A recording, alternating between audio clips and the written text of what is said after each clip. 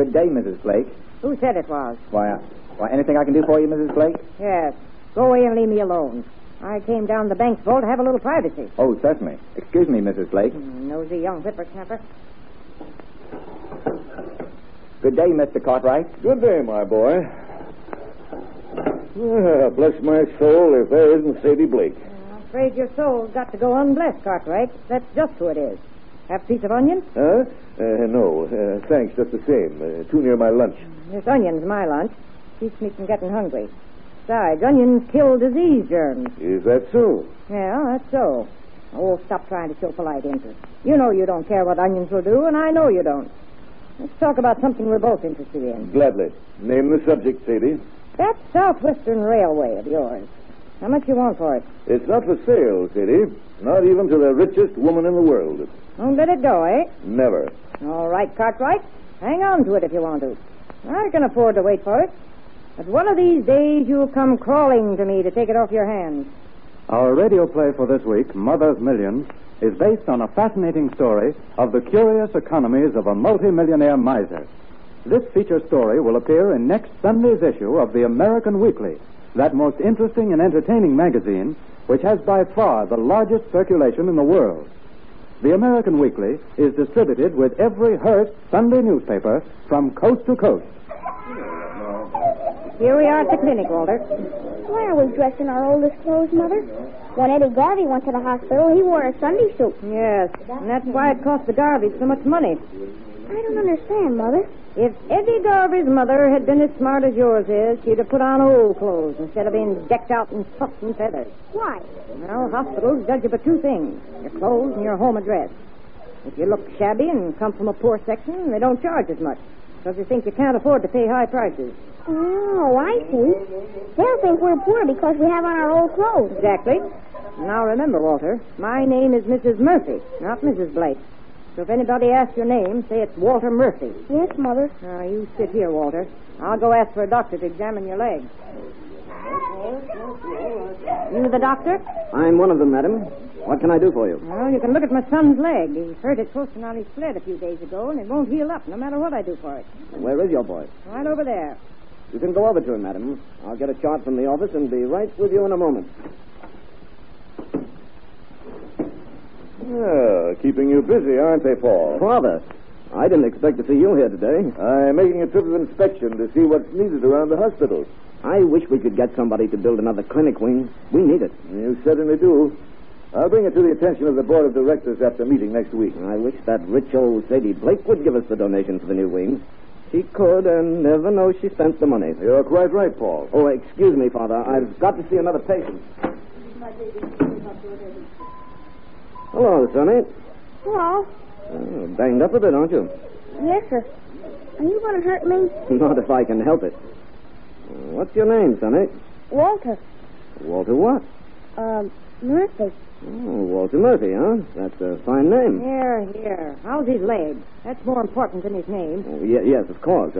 Mrs. Murphy, your boy needs to stay here in the hospital for a while. Is it going to cost anything? Well, I'll get him into the charity ward. There'll be no charge there. Now, if you'll give me your address, Mrs. Murphy... Well, I'm moving to a new rooming house today, Doctor. I'll have to let you know the new address tomorrow. Well, Paul, I'm certainly going to recommend a clinic wing. Well, that will be mighty good of you, sir. It's poor folks here like Mrs. Murphy who really Mrs. need... Murphy? What are you doing here, Sadie Blake? That's right. Sadie Blake? This is the Sadie Blake? It most certainly is. Now's your chance, Paul, to ask her for that donation for a new clinic. I'm afraid there's something else I'll have to ask her first, Dad. I might have known this was one of your tribe, Cartwright. Mrs. Blake. Well? This being the charity clinic, of course I can't admit your boy. What's that? You'll have to take him around to the private patient admitting office at the regular rate. Pay for medical attention when you have a free clinic? Certainly, Mrs. Blake, when a patient has money. Never. Come on, Walter. We're going home again. I'll never forgive you for this, Cartwright.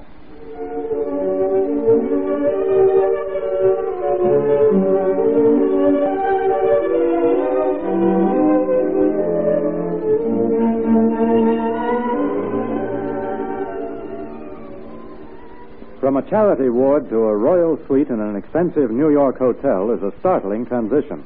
But Sadie Blake now is there with her daughter Cynthia. we find the two of them together. Why, Mother, I hardly know you in that silk dress and the hat with the 2 roses on it. Quite a change from my black bombazine and old bonnet, isn't it? Well, my friend the Duchess helped me buy it. Smart woman, the Duchess, even if she is expensive.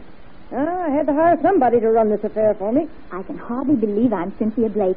This isn't much like our old rooming house. Say it isn't. There's all the difference between $30 a day and $3 a week. But the tenement isn't hardly the place for a fashionable debut. I can't understand yet, Mother, why with your millions you refuse to pay for doctors or the usual comforts of living, and yet you throw away so much money on a party. Well, I'll tell you why. Because every well-born young woman should be presented to society. I was when I was a girl, and I'd always intended that you should be. I see. Well, you ready to join the guests? Yes, Mother, but I don't know any of them. Neither do I. I left the invitation list to the Duchess. A whole lot of riffraff, as far as I'm concerned. I wish Walter's leg was well enough to let him come and see all this splendor. It isn't, so forget it. Now, look here. Don't get any idea that this is going to last forever. As soon as the reception and supper are over, we're moving out of here. We are? Where to? Oh, back to our rooms in the tenement, of course. Come on, Cynthia. It's time you made your appearance. But, Mother, I've never had a chance to meet any of these people before.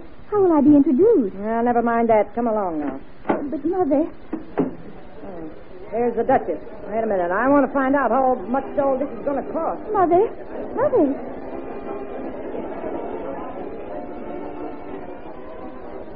Good evening. This is quite a party, isn't it? I think so. Our hostess is certainly splurging tonight. Really? Why, yes, don't you know? Mrs. Blake has millions, and this is the first time she's ever loosened the purse string. I have to hand it to her. When she does loosen up, she does it in a big way. Why, the dinner that follows this reception is setting her back $20 ahead. I didn't think everybody knew so many details. Well, anything she does is news. Does everybody know also that when this party is over, the hostess and her daughter will go back to their tenement rooms? Like Cinderella when the clock struck 12? Why, you're joking. Not at all. I'm telling you the truth. Why, I can't believe it with all the millions they have. How do you know this? I'm Miss Cinderella. You're Cynthia Blake? Yes. And that's what's going to happen despite Mother's millions. I say, I've made an awful fool of myself. Why? Just because you happen to repeat the gossip to the guest of honor? You didn't say anything that wasn't the truth. I like you for it. Well, thanks, but I'm afraid you won't when you know my name. I'm Dr. Paul Cartwright. Well? Why, I guess you don't realize who I am. Should I know? Well, my father and your mother are sworn enemies. Just like the Capulets and the Montagues and Romeo and Juliet? Yes, sort of.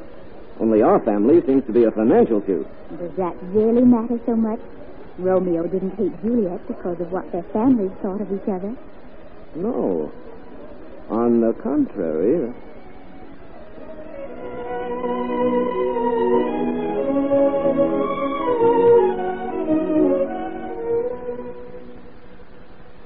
True to her word, Sadie Blake moves back to her tenement rooms after her daughter had been duly presented to the society which she held in such contempt. But Paul Cartwright continues to see Cynthia. Happy, Cynthia? Terribly, Paul. And you? Happy only when I'm with you. Oh, sweet. But things can't go on like this forever, Cynthia. Meeting each other at street corners as though we were ashamed of our love. We're going around in circles. We're no nearer getting married than we were the first night we met. I know. Let's do something about it, dear. What can we do? Mother will never give her consent to our marriage. Oh, how can she be so cruel, so inhuman to her own daughter? She doesn't think she's being cruel, Paul. She just doesn't consider my feelings at all. But she owes you some Oh, no, consideration. she doesn't. Mother's favorite motto is, never owe anybody anything, not even kindness. I never heard that epigram before. I'm not surprised. Mother made it up. She's got a lot more. Oh, your mother is a most unusual woman. Oh, Paul, I'm afraid Mother doesn't care about anything but her money. That's all she talks about, thinks about. She must be made to realize that you have your own life to live, Cynthia. That's easier said than done, Paul. It must be done somehow. If it isn't, your life will be ruined. I know my happiness will be. What can we do to bring her to her senses? I don't know. Once she gets her mind set on something, nothing can change it. Like Walter's injured leg. Mother is sure that doctors can't do any more for it than she's doing. What? She hasn't had a doctor in to see your brother since she had him at the clinic? No, she hasn't. Cynthia, he needed hospital care when I examined him. He needs it more now.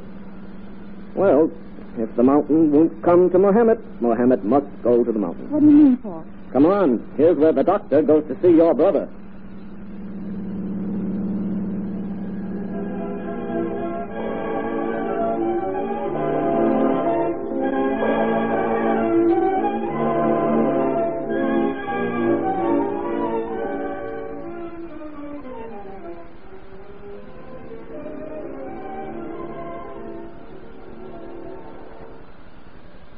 Cartwright?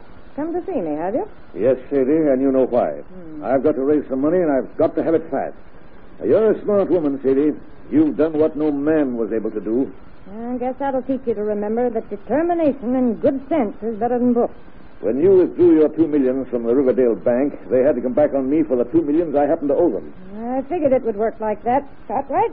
Then you pulled that trick knowing that in order to make good my debt, I would have to come to you to buy my Southwestern Railroad? That's exactly what I figured. I said I could afford to wait for that Southwestern Railroad of yours. All right, Sadie. You can have it for $2 million, and that's dirt cheap. Well, you know, business deals have taught me a little piece of advice that I never fail to follow. That is, never buy anything because it's cheap. Wait, it'll be cheaper. Sadie, I am practically giving the railroad for nothing at that price. Why, it originally cost me... I'm not interested in what it cost you. I'm only interested in what it's going to cost me. You always were one to drive a hard bargain. How else do you think I could have made my money? You financiers aren't dealing with a befuddled widow woman when you come up against Sadie Blake. I've had my eye on that Southwestern Railroad for a long time, Cartwright. I've given you every chance to name your price. But you delighted in hanging on to it. Not because you needed it, but just to plague me. Well, the shoe's on the other foot now, and I mean to have that railroad at my own price. What will you offer me for it? It isn't a case of what will I offer, but how much I'll give. I'll take the Southwestern off your hands for $1 million. $1 million? Why, that's... Take it or leave it. And you've got me with my back against the wall. I'll take it. I'll go over the papers with you at the bank in the morning. All you have to do is to sign that railroad over to me, Cartwright. If there were fewer fools in the world, there'd be less talk. Mother, Walter's got... Oh, I'm sorry. I didn't know All right, come in. What about Walter? Walter's got to be taken to the hospital right away. Who said so? I do, Mrs. Blake. Oh, you again, is it? I've just examined Walter, and I find his leg has become infected. It must be operated without delay. Just like the rest of your medical tribe, Paul Cartwright. Anything to get money out of people. I warn you, Mrs. Blake. If your boy doesn't have medical attention immediately, he'll be a cripple for life. It doesn't seem possible that you care more for your millions than you do for your own son. Don't waste time talking, Paul. We'll take the boy to the hospital in my car at once. Hey, right where you are, Cartwright. Walter, put down that pistol. Look out, Father. Cartwright, up to now, you've been dealing with Sadie Blake, the businesswoman. Now you're dealing with Sadie Blake, the mother. You touch one hair of my son's head, and I'll put a bullet through your brain. Sadie, you must be insane. How can you let your money ruin the lives and happiness of your children? That's a matter of opinion, Cartwright. I've managed to take care of my children without any outside help so far, and I'm not going to ask for any now. You and this meddling son of yours get out of my house. I'll take care of my family and my home in my own way.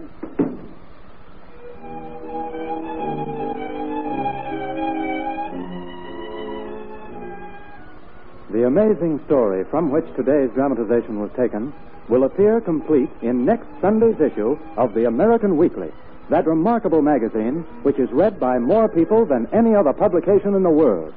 The American Weekly is distributed with every Hearst Sunday newspaper from coast to coast. And now we turn you over to your local announcer.